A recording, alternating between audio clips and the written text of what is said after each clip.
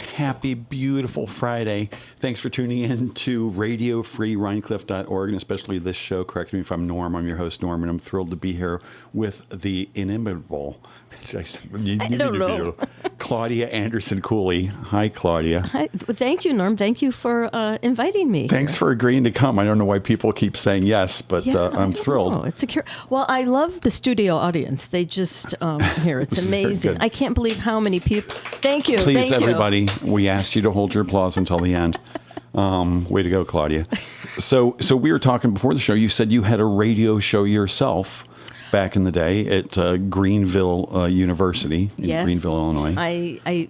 I'm embarrassed to say I don't even remember the call letters of the channel, but I went to a small Christian college for 1 year. It was my sophomore year of college. And I had a radio shift.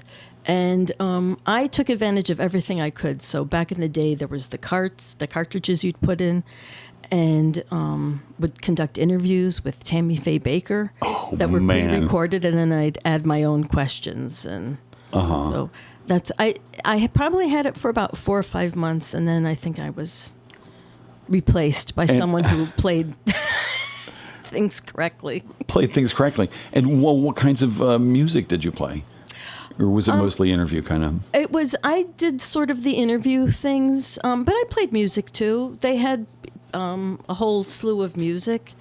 And I'm sure it was, I don't think we probably played acid rock unless there was Christian acid rock. Right. But I had fun doing it. And then since then, I've been on different radio shows, and I co-hosted a little show that was out of the Schultzville store a few years ago, where we interviewed trappers and woodsmen and things like that.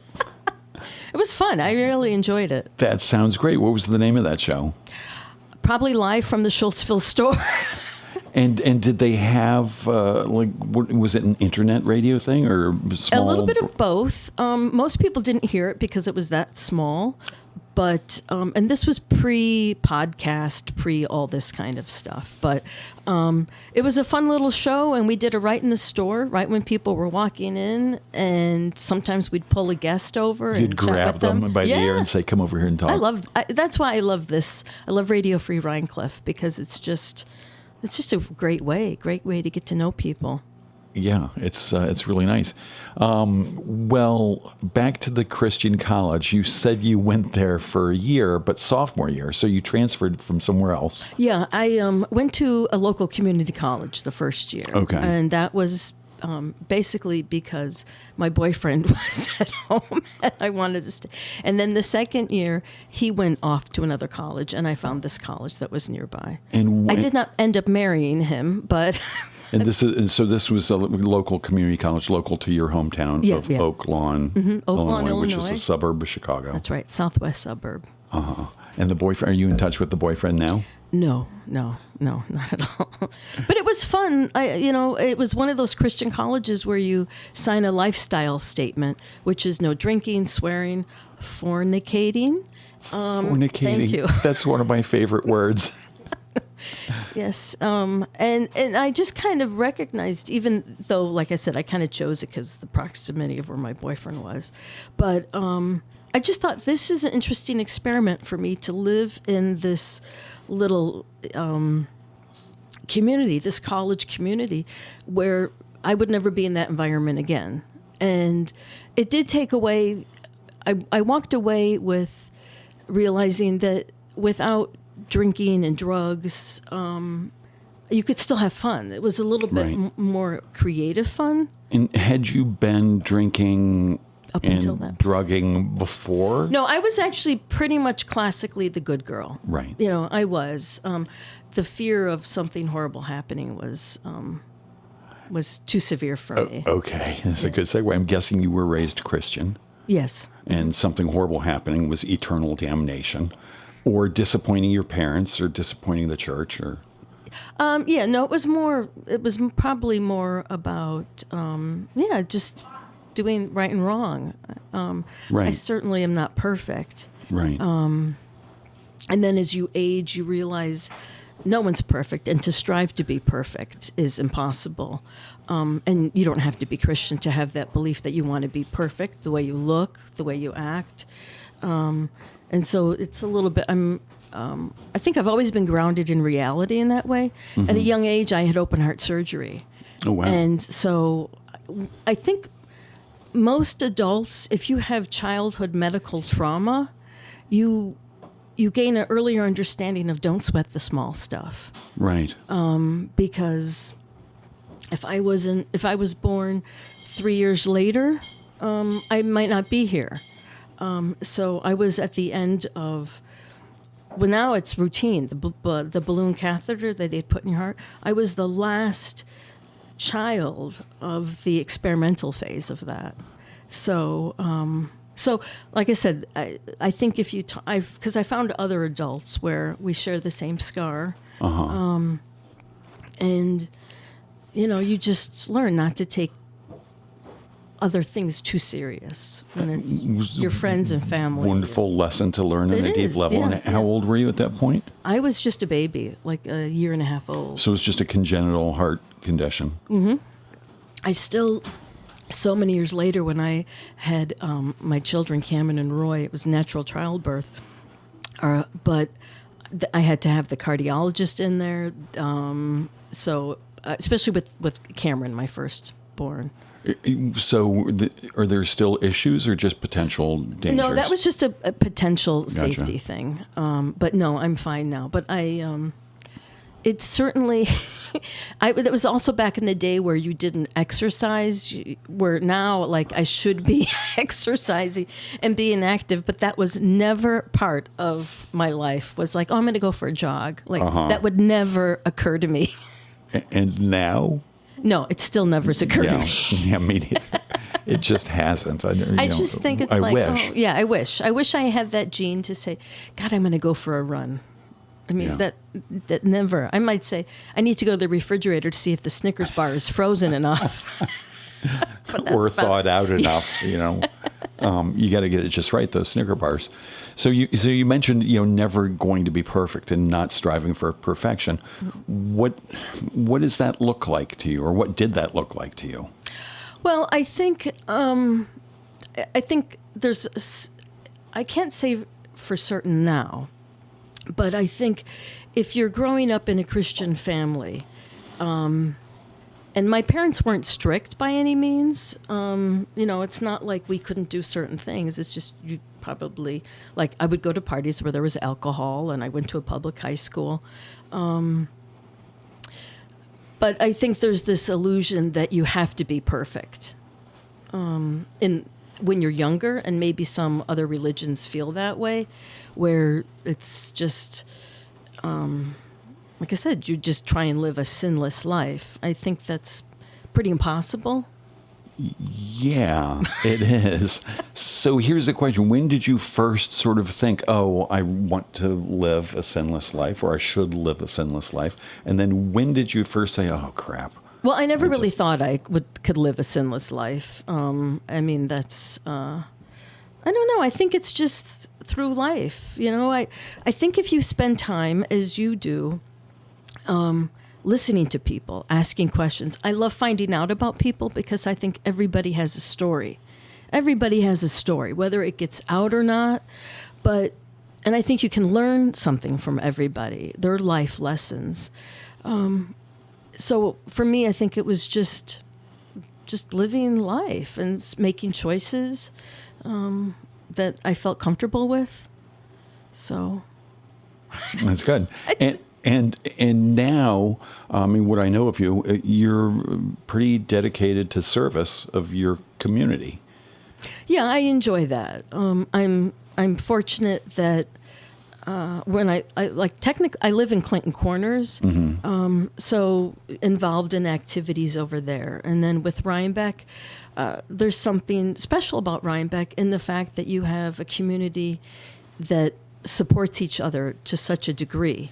Whether it's the not-for-profit. Now I'm getting into my Rhinebeck spiel, Good, so yeah. I apologize. But it's just, because people say, you don't even live in Rhinebeck. I said, well, yeah, but that's where our life is. my kids went to Rhinebeck schools, active in the community, doing the different things, baking cookies for Sinterklaas Day, for whatever club.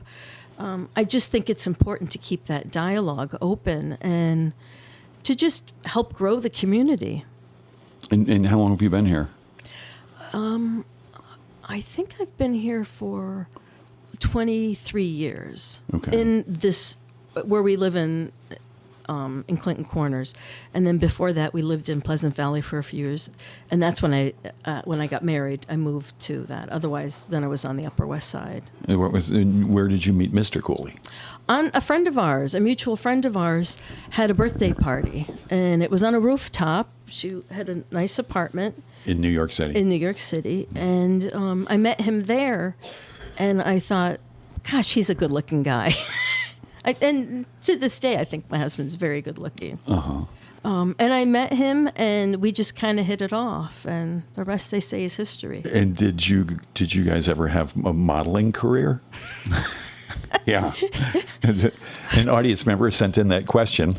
Well, I should dispel that myth. That was a picture that looked like us from years ago. And I posted it saying in our this is when we were dating.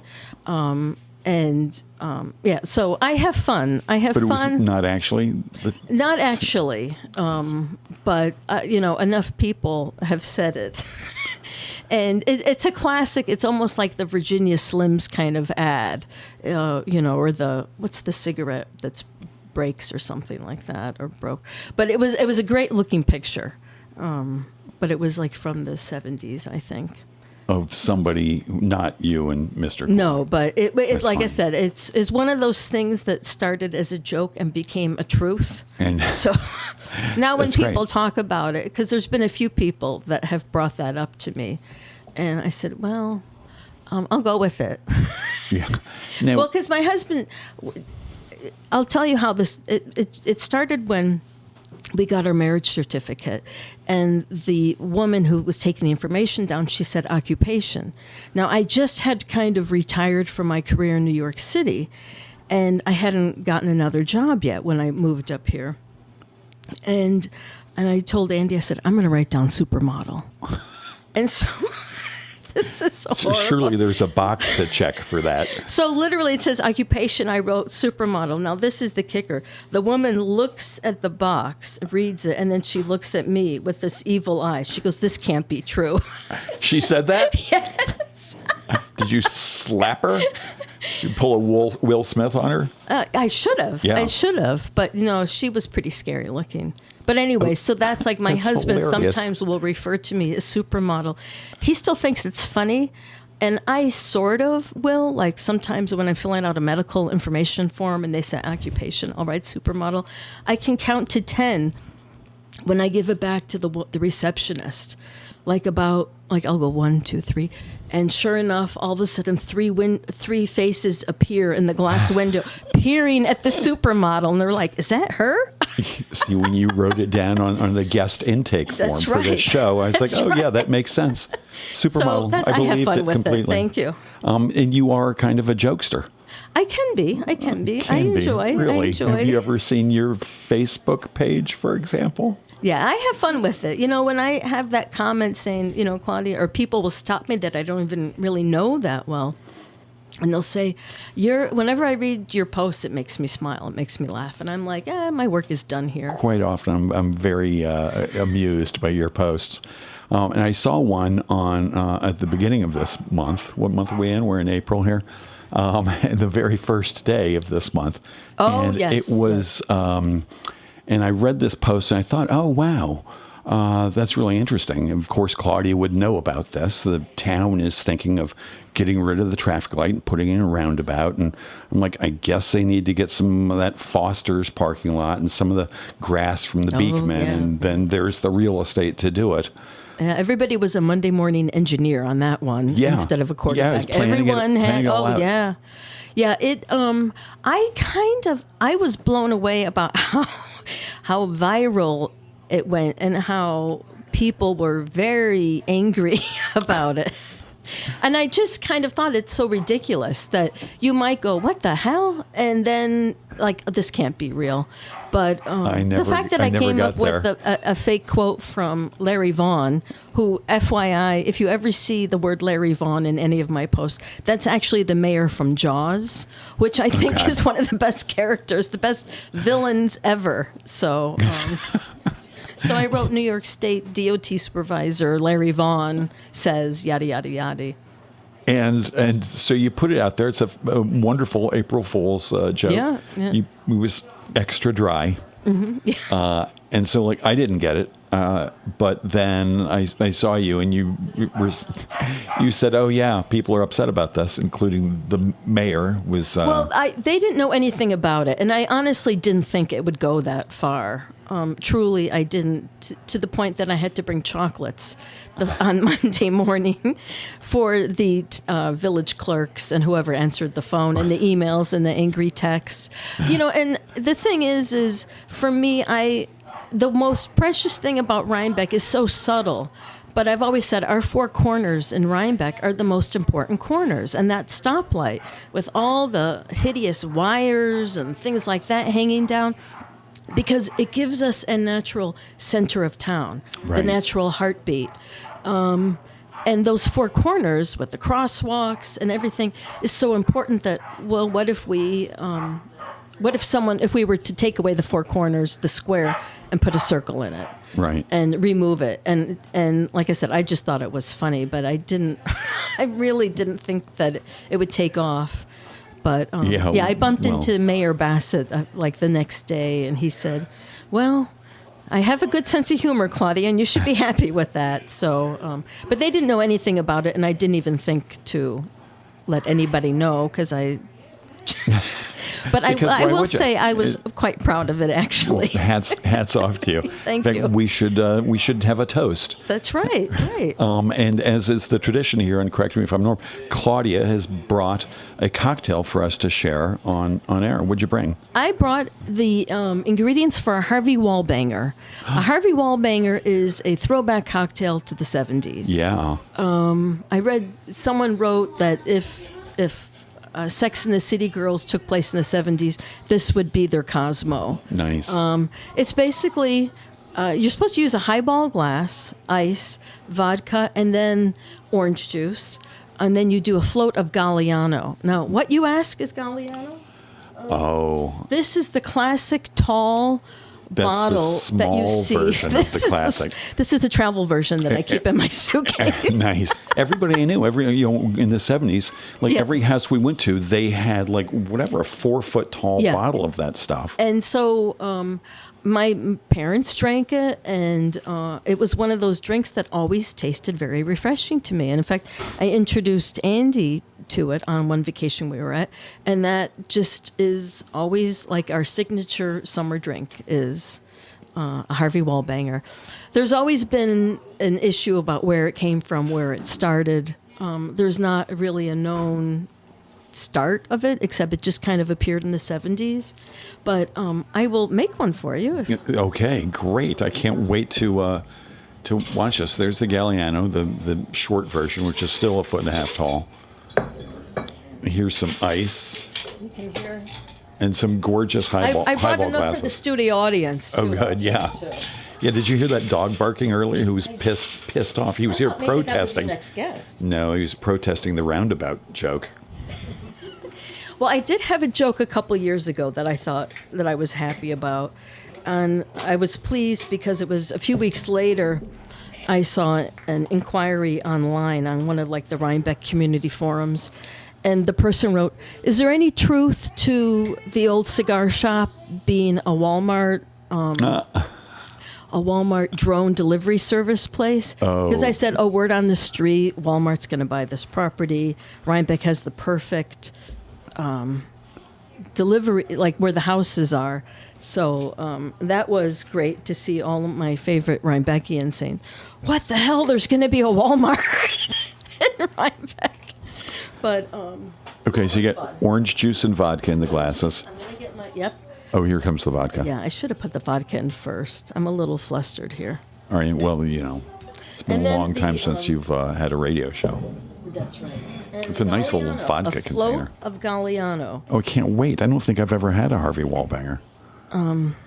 There should be more vodka It's a in it. but healthy float. Here we go. Might want to. Thank you. Cheers. Cheers. Let's see if As we we say can in clink. I'm Sweden, gonna to the skulls of our enemy. the skulls of our Sweden. So the Galliano's got. That's yummy. It is. It's really very good. refreshing. And like I said, with the orange juice, we don't have to be afraid of scurvy sneaking up on us. So Which I always am. So Anderson, I guess that's a Swedish name. Mm-hmm. Did your people come from Sweden? my grandparents did. Uh-huh. So I'm second generation. And where did they move to? Chicago.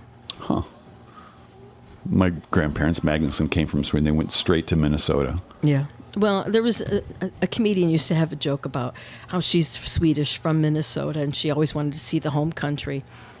And so she finally went to Norway and Sweden, and she, was driving around, and she goes, "It's amazing." She goes, "They moved from this miserable, desolate place to another miserable, desolate place." Yeah. So, yeah, we like our cold, I guess. Well, yeah. I mean, my great-great-great-great-grandpa or whatever, he was a farmer over there and moved here, knew how to deal with that kind of climate. Where the ground's only thawed 5 months of the year. But yeah, terrible choice. Yeah. It's like, things are nice in South Carolina. That's right. But no, straight to Minnesota. So your people moved straight to Chicago. Mm-hmm. And was there any Swedish stuff? Any? Yeah, we actually belonged to one of the Viking Club. Oh, nice. Yeah, which sounds as mayonnaise as much as it can be. It's like very white and herring and vodka and whatever else it was. Lutfisk. Yeah, all that kind of stuff. Herring and vodka and stuff. And did you have any Swedish traditions growing up? Not so much. I mean, we had all the little paraphernalia, all the little home decor, all the little things that we put out at Christmas. And I still have a lot of those. I have my little Swedish shelf at home. We played a dance record. It was called the Swedish, which is a little dance. It's like a little promenade. So I want to see that after we go off the air. Maybe you'll regale us with a few steps from the Swedish. Yeah, and I'm just going to swerve a little bit here because this thing is really interesting, right? Which is happening right now.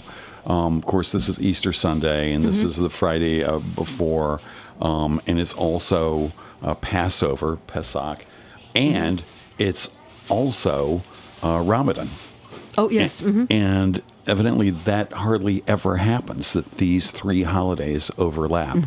And it dawned me today. And so I just want to wish everybody a happy holiday, no matter, or spring or equinox or solstice, whatever it is.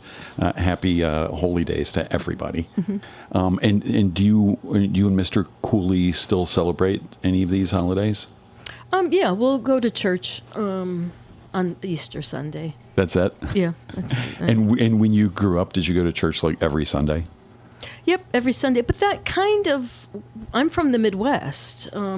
Whatever religion you were, most people did go to church on Sundays or Saturday. I did. Mass. Every single Sunday. I think back then, that was just the way it was. I think it's probably been within the past 30 years that, it's the church attendance is waning a bit. And were your folks very religious? I think I probably follow my dad where it's, just do good things, Right. be nice, be, again, not perfect, just be the best person. If you can be, be a team player, it's just doing the right thing at the right time. Right. And it's even better if no one sees you doing the right thing. Now, why is that better? I don't know. It's maybe kind of helps character. I mean, if I can do something, whether someone sees it or not, but if I can help or do something, it's I don't know what's that. I guess now they would call it good karma. If So do the right thing even when nobody's watching. Absolutely, yeah. And, Right. and give if you can to different groups. And So you ever try to do the right thing and like sort of sneak around so that nobody sees you doing it, like to that degree? And then I have. Actually, I have. and then have you bragged about it afterwards that you pulled it off? No, but I'm dying to. Oh, let's hear about it. No, I don't I want to. pulled off the best good deed. Nobody caught me. No, I mean, but I do. Like, part of me, it would be nice to say something, but it's something that I do. That So does that happen often?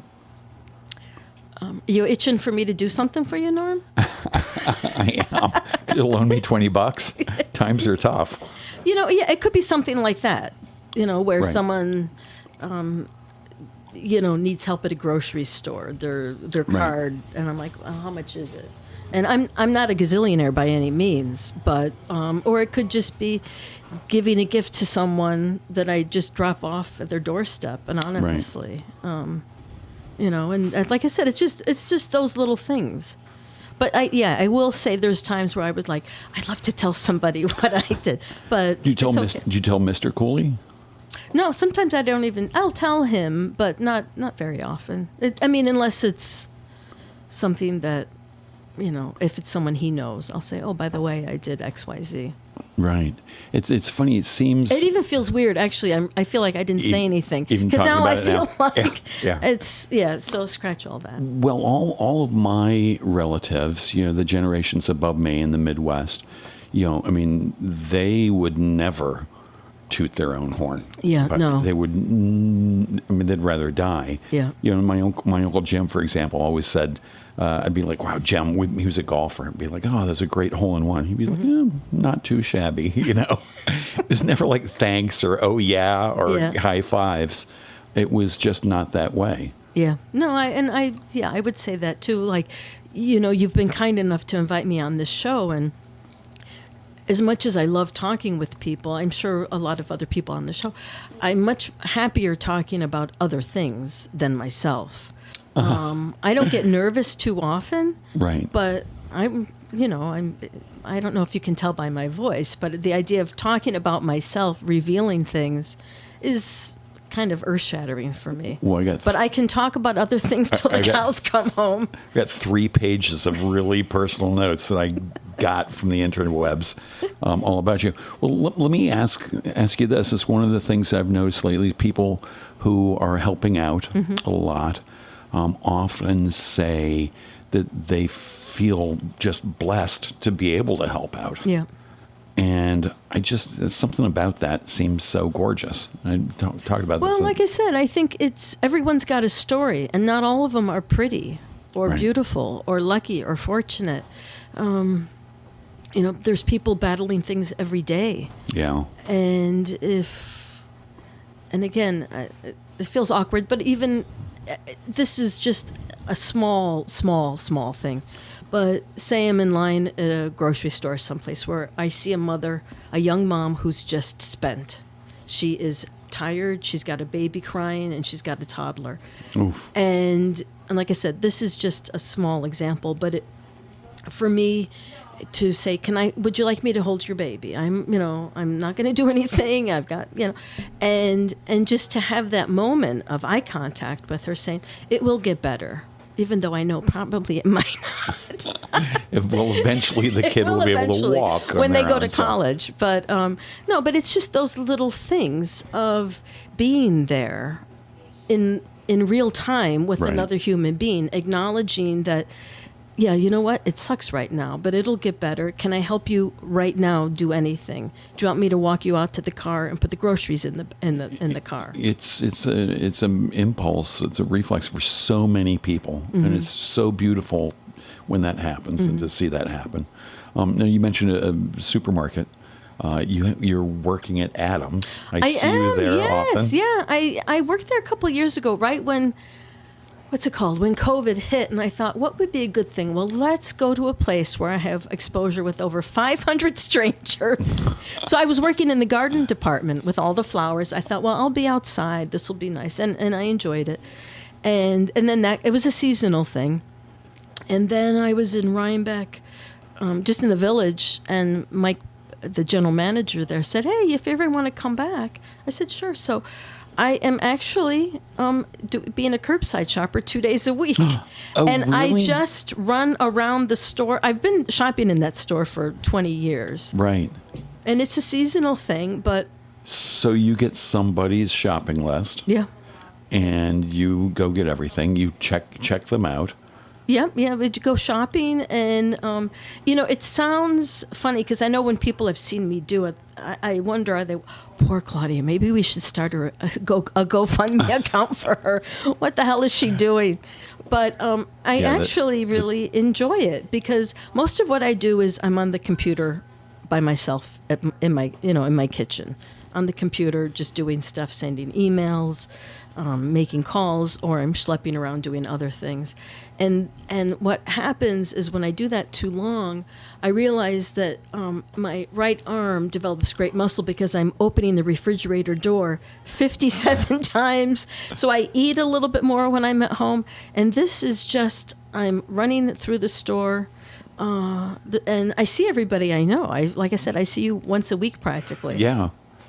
Yeah, it's And a highlight of a trip to Adams if I get a sighting. And I have to say, it's a good company. I really think they're a good company. They know how to treat their employees, and I don't have anything negative to say about it. Like I said, it's a seasonal job. Probably, I don't know how long I'll be there for. I want to enjoy summer. Well, doing the shopping is not really seasonal. I mean, people are still going to call in their orders, right? Right, yeah, no, and it's still happening. They're still calling in their orders, but it's fun. Like I said, it's just, it's a scavenger hunt, a perpetual scavenger hunt. Yeah, and so you probably know. I asked somebody the other day there. I said, "Oh, where is the tamarind paste?" And the guy said, "Oh, it's up here." And then he said, "We don't have the other one." Or I said, "Do you have the other one?" And he said, "Oh, the one with the red cap." I'm like, "How do you know all this?" Yeah. And he said, "This is my aisle." Yeah. I never thought of that. Yeah, they have their aisles, and then when I'm bored, I shouldn't really say that, but if I'm waiting for different things to happen, I'll just go around and straighten the shelves. And like I said, I see so many people there, and it's fun because I probably spend an hour and a half. I shouldn't say this out loud if anybody's. I probably spend about an hour and a half, 2 hours a day just chatting with people like you. There's the regular. But that's good too, you know. Yeah. People can come in and you're there and they chat and they say hi. Mm-hmm. It's good marketing. It helps them think, "Oh yeah, Adams, wonderful place. That's where Claudia is." Yeah. They seem like a really good company, focused on their employees. A lot of ads on, we, hired from within, we promoted from within and stuff. So you. Let me just go to other stuff. You have worked over the years for various Rhinebeck entities, including the Rhinebeck Chamber of Commerce. Yeah, I loved it. I was there for 3 years. I think when I first met you, you were Probably. In fact, I think I remember one of our first conversations because I really had fun with social media in the Rhinebeck Chamber. I really wanted to diffuse the idea that the chamber is for, we're not your grandpa's chamber anymore. So I really did some fun kind of social media. And I think there was one where I did a picture. It was from the 50s of a woman hailing a taxi in New York. And I did the little bubble saying, Rhinebeck, head Sawkill to Taconic and then make a left. Something goofy like that. And so I just had a lot of fun. And my father was a small business owner. My husband was a small business owner. He's since retired. But I just know that these small business owners are so important to the community because, especially in Rhinebeck, again, we have this overwhelming amount of foundations, not-for-profits, and everyone's trying to get, support, financial support. But so and you've got these businesses that I think from my relationship with all the entities, there is a healthy relationship we have, which I don't see in other places, in different communities I've been a part of. And I do my little reconnaissance mission still. I'll go to Millerton, Millbrook, Hudson, all the different Beacon to see what they're doing. Cold Spring, what are they doing here? What's different? Huh. And can you sort of figure out what sort of the local Chamber of Commerce is doing to promote the local small businesses? Yeah, I mean, like I said, I enjoy doing that. I'll always check out, if I'm on vacation or holiday somewhere, I'll check out what the chamber office is doing. I am a real nerd that way. I am. I admit it. Well, this is what you studied in college, right? Yeah, it's all it was. After the Christian college, you went somewhere else. Right, I went to Columbia College of Chicago, and I majored in arts, entertainment, media management. Which was the first college of its kind to offer that kind of program, which is really the business of the art world or entertainment world. So it was like contract negotiations, things like that. Oh, I imagine it would be more sort of marketing because you're so good at that end of things. Well, thank you very much. Yeah. I think one of our first conversations, I was like, oh, you're the one who's doing these really fun ads on social media for Rhinebeck. Yeah. Well, the other thing is you would often hear Rhinebeck followed by a sleepy little town. Oh, geez. And, granted, we do pretty much roll the sidewalks up at 7:30 every night or 6 o'clock.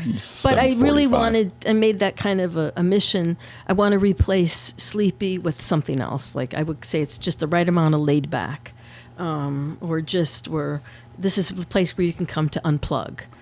Put your phone down, and keep your eyes open, kind of a thing.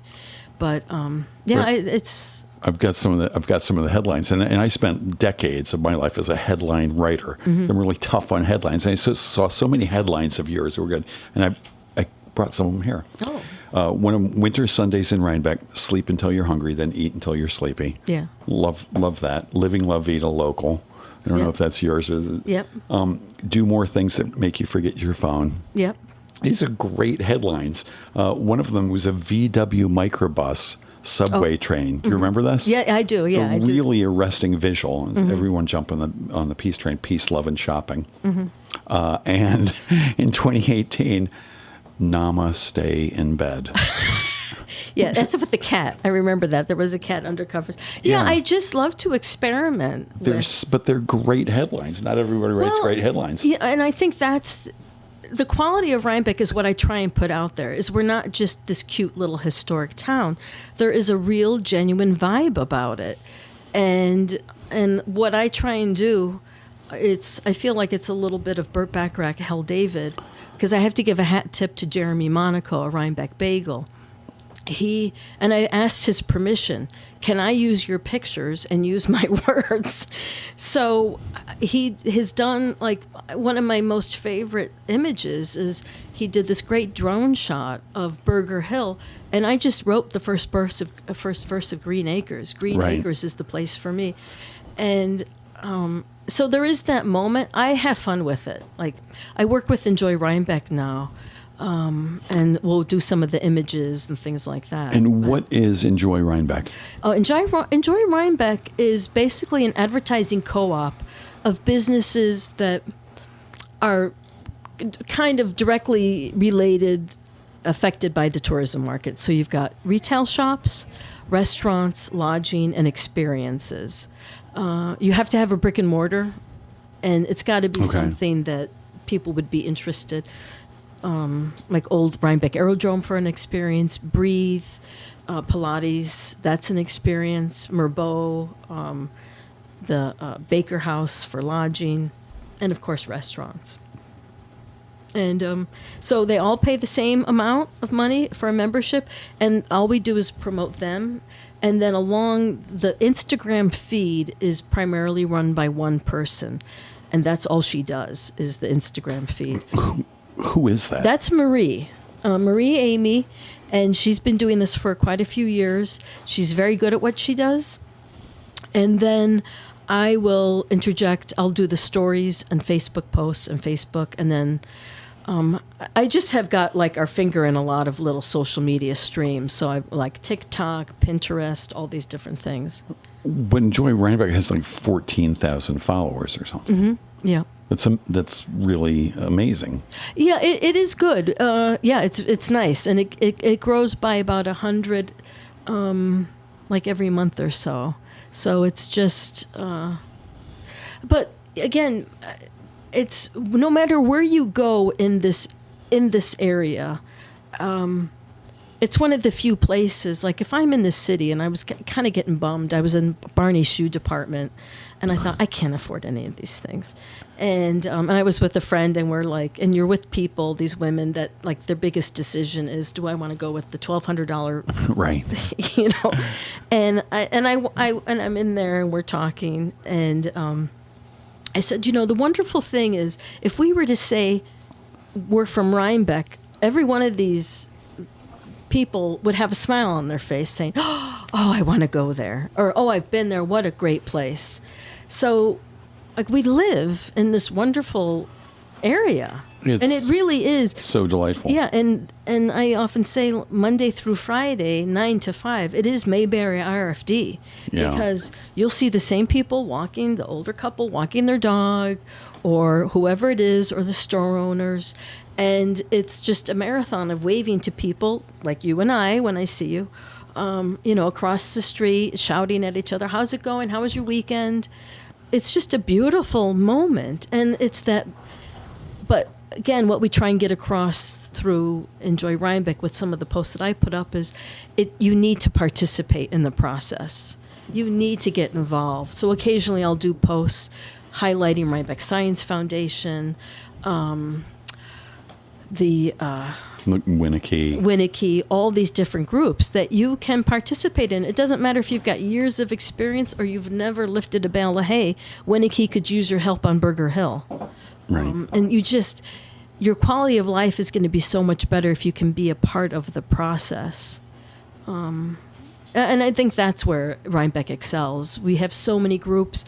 It doesn't matter what your specialty is. We're just happy to have you here. It seems like a pretty easy place for people to get involved in doing good deeds, being a good citizen and community-minded.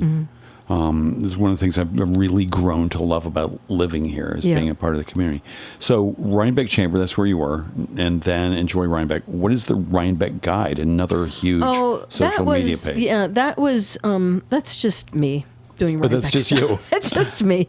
It's just to kind of maybe highlight some places that fall through the cracks if they're not an Enjoy Rhinebeck member or a Chamber of Commerce member. I've had that for a couple of years, and I haven't really attended to it lately because my focus is more on Enjoy Rhinebeck.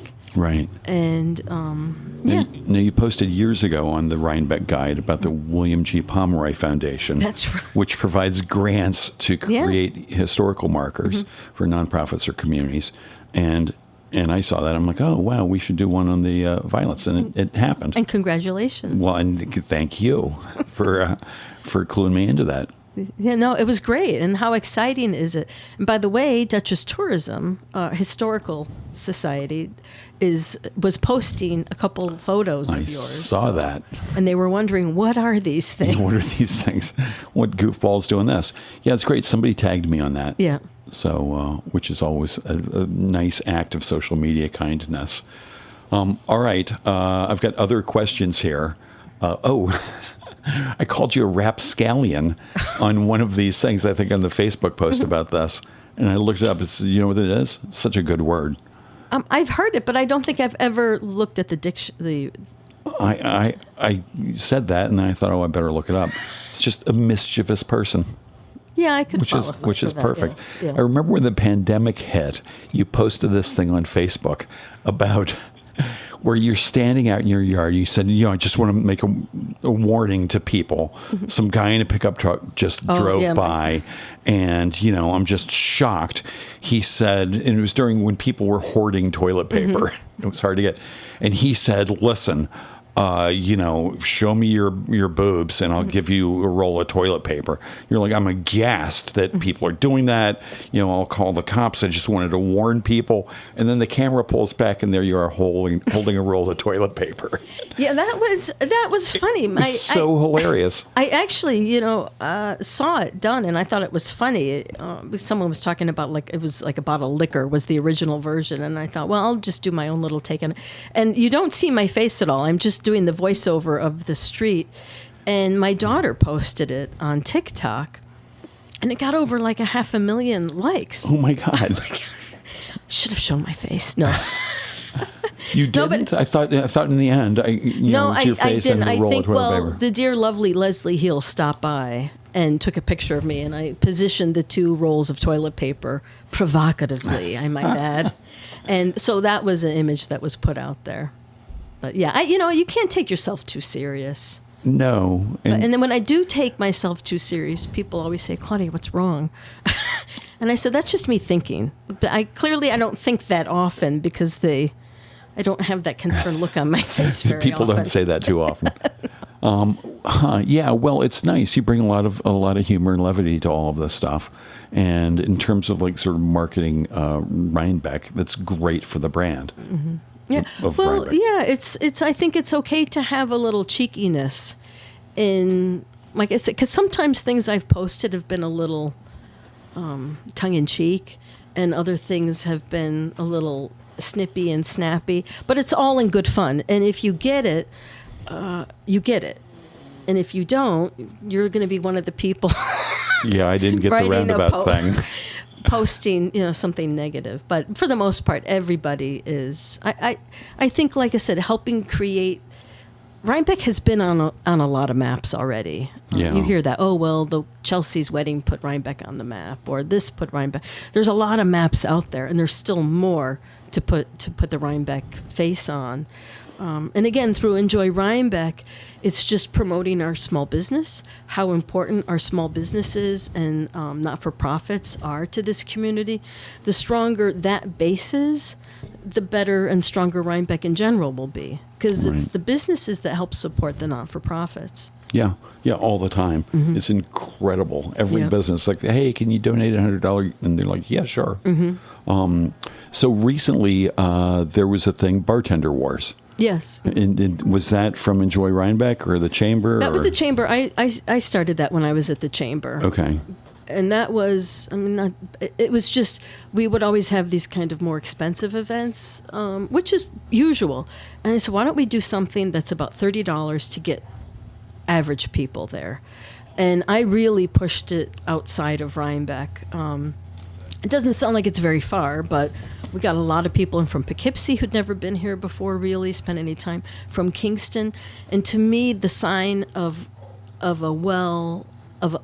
good event for the Chamber was if I didn't recognize half the faces or more than half. That to me, I thought, okay, we hit a home run on this one. Right. Because a lot of the community, again, reiterating what we've just said, it's we're all doing as much as we can. We need to get some new faces and, excuse the word, new money into Rhinebeck. And get more people here. Well, it seems like there's more people coming in all the time, and lots of them are sort of new money people. Mm-hmm. Is there any sort of strategy to reach sort of the new moneyed people coming in, paying $1 million for a house on South Street? Well, I've done a couple posts about, well, now that you're, welcome to Rhinebeck. Now that you're in Rhinebeck, spend your money here. And because I recognized, because I was one of those people too, living in New York City, is, you've got your corner bodega and you're getting things delivered. And a local business, like other than your bodega or the dry cleaner or your favorite restaurant, you really didn't have much of a relationship. Where now we are a place, the one example I use was I was standing out talking to somebody, or a woman asked me, she goes, so what's Rhinebeck like at Halloween time? I go, well, if you live in the village, it's going to be crazy.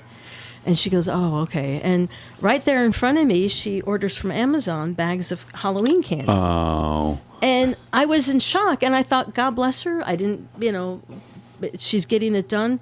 But I thought, this is what we're up against. I don't want to say up against, but this is the new mindset, is they're going to their phone and they're ordering Amazon for Halloween candy instead of the rest of us that are like going to CVS, Tops, wherever you get Samuel's. That's right. Excuse me. Thank you. Sorry about that, Samuel. Stickle, which has some fun stuff. Yeah.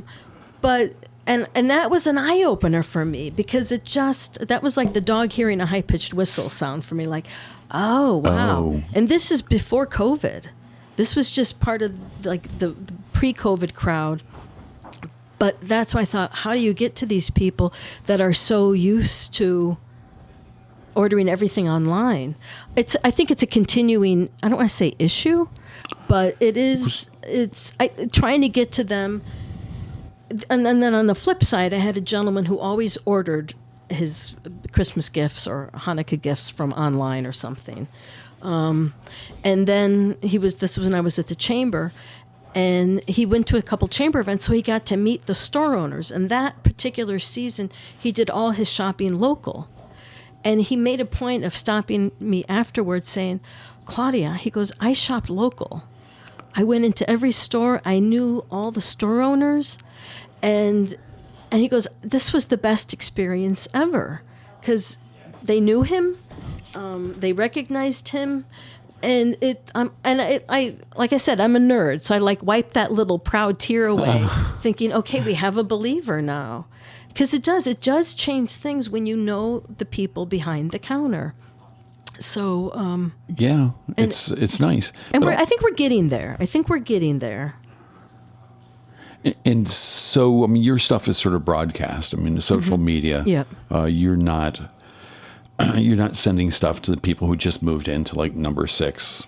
No, but I did start a newsletter for Enjoy Rhinebeck that it's sent out at the beginning of the month of events. We're not saying that there's a shoe sale or something else. We're giving people that either live here or are out in the outer realm reasons to come to Rhinebeck. And is that being mailed to homes? It's not physically being mailed. It's an e-newsletter. Okay.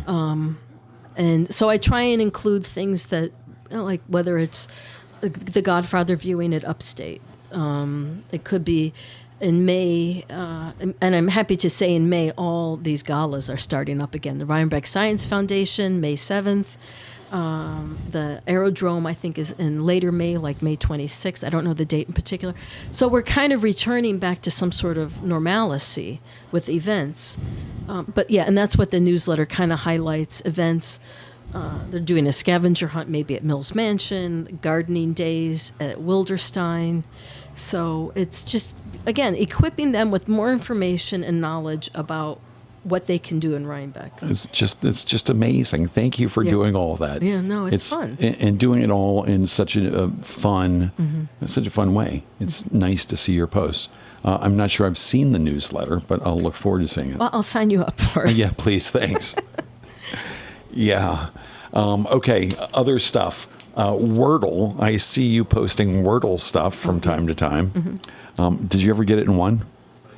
No, but I actually, I'll do, I shouldn't really do it, but I do those games right like at 12 o'clock when it hits the new day. You're up at midnight? Yeah. And there's another one that I really enjoy is Worldly. Yeah. Worldly is, they just show you the silhouette of a country and you have to guess what it is. So I find that more victorious. Like if I can get that in the first or second or third try. But we're talking like countries that I don't even know how to spell. How many countries are there in the world? A lot. 300, 400? 250? Yeah. So that's, not even a year's worth of worldlies. Mm-hmm. Do they do it every day? Every day, yeah. And it, so eventually you're going to be like, I remember Bratislava. Right.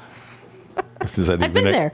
I actually have been to Bratislava. Really? They say that is the most boring country's capital. It's in Slovakia. I have been to Bratislava. And it wasn't nearly as boring as I thought. As it's made out to be. Yes. Well, maybe you could do some advertising for Bratislava. Start a couple of social media They did accounts. have art in the street that I thought was very delightful. Art in the street is always good. Yeah. I'm a huge proponent of that. Golf, you're a golfer? I used to be a big golfer, not so much anymore. What happened? I just walked away from, I've got some wrist issues, but I used to play, every day. And then, like I said, just had some issues with it. I'd like to get back to it. Yeah. Is the wrist better? Does Mr. Cooley play? He played too, but I have my clubs, and every once in a while I see my original set for sale, like on eBay. It was a Ping I 2 with the copper beryllium heads on it. And I do lust after them. I have a regular set of pink eyes. You got rid of the original set? Yeah, it was the dumbest thing when I moved to New York City. I'm happy to hear that because I have my golf clubs that I got in 1976. Oh my gosh. Yeah. I mean, I only play a couple of times a year. But and those were the hard ones. That's not the cavity back. That's the blade, gorgeous. right? Yeah, they're blades. Yeah. And actual woods. But they're gorgeous. Do you know what brand they are? Yeah, I've got the Powerbuilt Persimmon drivers and the Ben Hogan. Trying to remember which one it is. Yeah. He wrote the best book on golf, The 5 Fundamentals of Golf. I give it to anybody if they're starting golf. I talked to him on the phone one time. Did you? I was so thrilled. I was working in college doing cold calls at Lehman Brothers Kuhn Loeb, and I worked for this guy who was a stockbroker there. And they got all these cards, and I just called people. I'm like, oh, Ben Hogan, Fort Worth. I was in Dallas, Fort Worth, Texas. I'm like, that's where the Ben Hogan lives. So I called the number, and he picked up. I said, hi, I'm calling for Mr. Jack Frost. That was the guy's name, of Lehman Brothers in Dallas. I'm looking for Ben Hogan. He says, this is he. I said, hold, please. And so that was my entire job. If I got somebody on the phone, I'd be like, wave to this broker, Jack, I got a live one. It's Ben Hogan. I was so thrilled. I cold called a few people. I had a celebrity Rolodex for a little bit, and I just cold called names just so.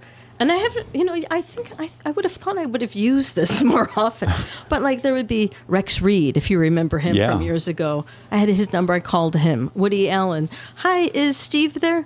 No. Oh my God, I talked to Woody Allen. Wait, that's not cold calls. That's a crank phone call. Yes, it's like ding dong ditch via the phone. So that was fun. I had a lot of. Yeah, I'm bad, I guess, but that's harmless, right? I'm just annoying people. Back in the day when you had a rotary phone. Yeah. Who else did I call? Quite a few. Rapscallion. That's right. Look at that on my. I think it's too many letters for my license plate. You get it on your business card. So who else did you speak to? What other famous people? Did you ever get tongue-tied in talking to any famous? I have this funny thing where if I see a celebrity 3 times, that gives me the right to say something to them. Madeline Kahn, I sat behind her during the Kathy and Mo show, and then she hosted. I used to work with comedians and on different TV shows, so I was always at different tapings and things like that. And she was the host of this show. And then afterwards, she was there.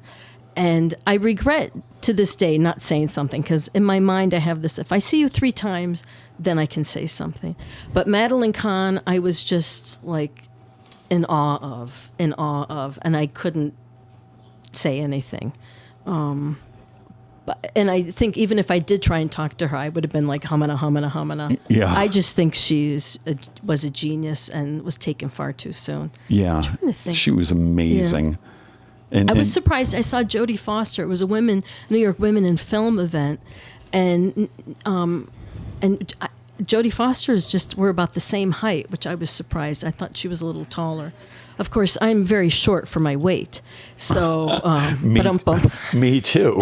I'm very short for my weight, and I'm 6'2". Yeah. So. But yeah, so it's fun being in the entertainment business in the city because you just see different people But I don't think tongue-tied, not too much. Okay, just Madeline Kahn. Here, I'm more tongue-tied than anywhere before. Yeah, I can tell. So I wore my special shirt for you. Thank you. I noticed that. It's springy. It's a blue and white gingham shirt, which is sort of a trademark fashion thing for you. What's with the gingham? How did that start? I don't know. I call it the early Laura Petrie look with the clam digger pants and then some kind of overshirt. I think it's easy. It's like Garanimals for adult women, honestly. Solid pants, a solid skirt, and a check shirt, and some kind of color sweater. And that's it. It's great. I always love it. And when I'm in Adams and I see like a little gingham shirt go by, I'm like, oh, Claudia's here.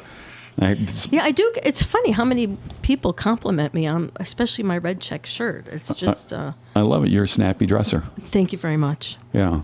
And on that note, The hour has gone. Wow. Thank you so much for coming in. Thank you Claudia for having Anderson me. Cooley, and bringing this yummy drink, the Harvey Wallbanger, the tall Galliano bottle. Everybody, thanks for tuning in.